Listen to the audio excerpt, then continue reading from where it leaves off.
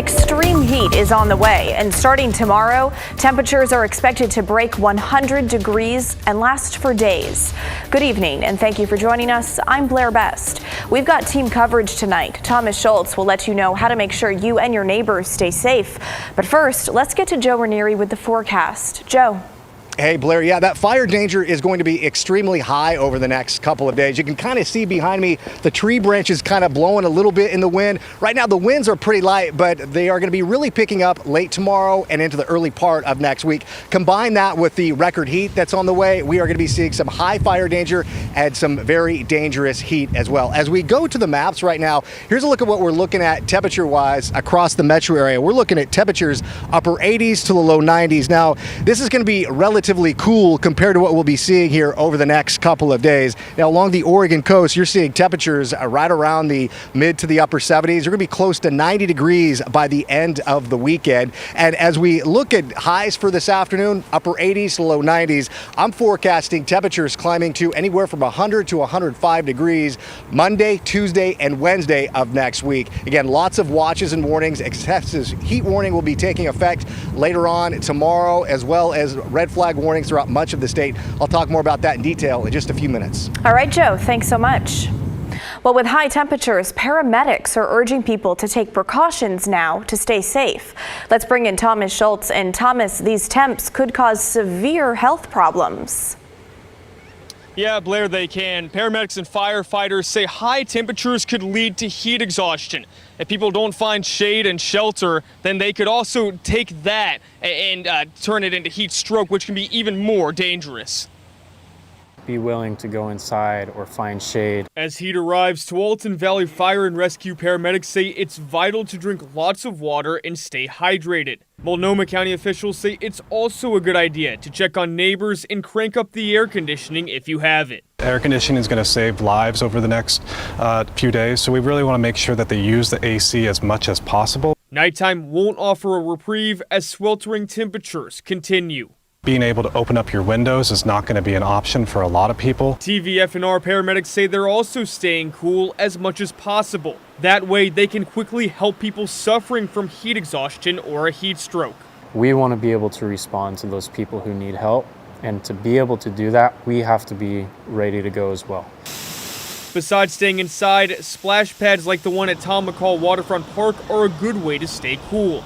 Already, people sitting around that splash pad say they've seen people affected by the heat. I've been just talking to a man who got dehydrated and had to be taken to the hospital a few minutes ago. High temperatures can often be accompanied by an increase in brush fires. Campfires are currently banned on Federal Bureau of Land Management property. Salem issued a burn ban, which begins Sunday.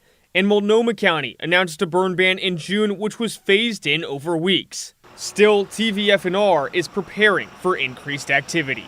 We're upstaffing, so we have some additional rigs that'll be in service in the case that brush fires do break out. That's something that we're super aware of and preparing for. Now, it's also important that any pets are inside and in cool conditions during this extreme heat. Officials are urging people to make sure those animals have enough water and to also make sure that they don't take them on walks during the hottest part of the day. Blair? All right, Thomas, thank you. Well, now is time to make a plan for you and your loved ones to make sure you have the supplies you need and a cool place to go, and to know the signs that heat is starting to affect you. It can be worse in the very young and the elderly. Symptoms of heat-related illness include nausea, vomiting, a high temperature, and increased heart rate. Another thing to watch out for is heat stroke, which is a little bit more intense than having heat-related symptoms. And that's really when you're going to see your temperature spike above 103 degrees, as well as having difficulty standing, talking. If you have an AC but are worried about your bill, you may be able to get financial support. Call 211 for more info on that. Well, if you're headed to the water to cool off, it's important to stay safe out there. The water in the rivers is still pretty cold, and cold water can make your body go into cold shock, making it harder to catch your breath. If you go out, try to find a place with lifeguards and wear a life jacket, no matter your age or swimming ability. The Multnomah County Sheriff's Office says they had a case last week where a father died. The child that was with them was wearing a life jacket. The gentleman was not. From the best we can tell, he might have gotten fatigued, and that's why anytime we can encourage people to wear life jackets, we highly encourage it. On boats, you need to have enough life jackets for everyone on board. That's under Oregon law. And kids 12 and under need to be wearing them. That goes for things like paddleboards and kayaks too. And you're going to want to stay out of most of the Willamette River running through Portland. That's because there's a toxic algae bloom in the river right now. It stretches from River Place Marina near downtown all the way to the Ross Island Lagoon. Algae is dangerous for people and pets if you touch it or ingest it. And here's one way to stay a little cooler. Misting stations are set up in 14 parks across the Rose City. Details are on the Portland Water Bureau's social media pages. Libraries, rec facilities, and other public spaces will also offer extended evening hours as early as Sunday. And we're still waiting for exactly what cooling centers will open in Multnomah County. Our Verify team looked into what our forecast has to look like before that happens. You can check that out, along with the updates over the next week on the extreme heat and where to get cool, all at KGW.com. Well, a reminder, it's a good time to start checking in on neighbors, seniors, family, and friends to make sure they are prepared.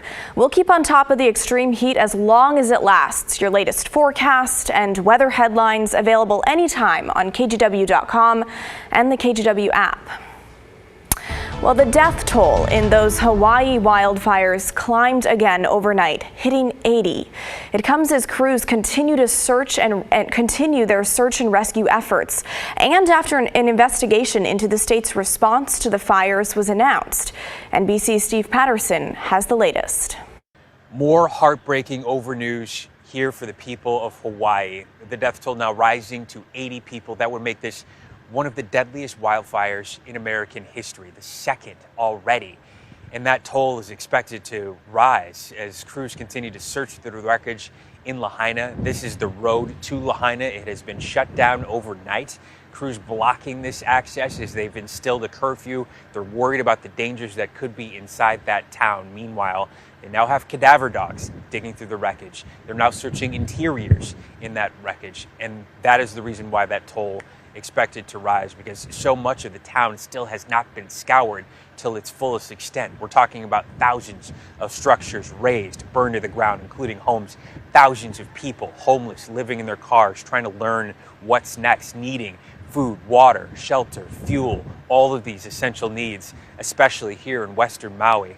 And also now hearing that the state, or part of it, the Attorney General, will be investigating the emergency response that took place. We know the state has admitted that key sirens did not sound, alerting people to the danger that would have happened here. Yes, text messages went out, TV alerts went out, radio alerts pertain to have gone out.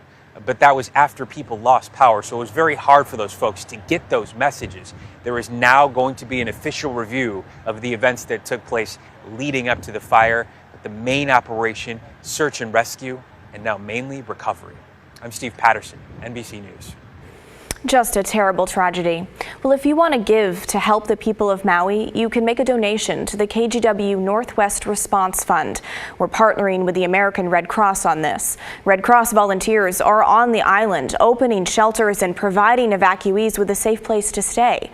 You can text the word FIRE to the number on your screen. That's 503-226-5088. And we'll text you back with a link to donate to the fund. You can also donate in person at any local U.S. bank branch or through our website, kgw.com. Well, right-wing extremist Ammon Bundy has been arrested in Idaho. He was taken into custody at a high school football fundraiser in Gem County, Idaho last night. Bundy was one of the ringleaders of the takeover of the Malheur National Wildlife Refuge in Harney County back in 2016. He was arrested last night on a contempt of court charge stemming from a legal battle he lost with a hospital in Idaho. A jury ordered that he must pay $52 million in damages to the hospital for protests and harassment. Bundy's supporters protested outside the jail last night.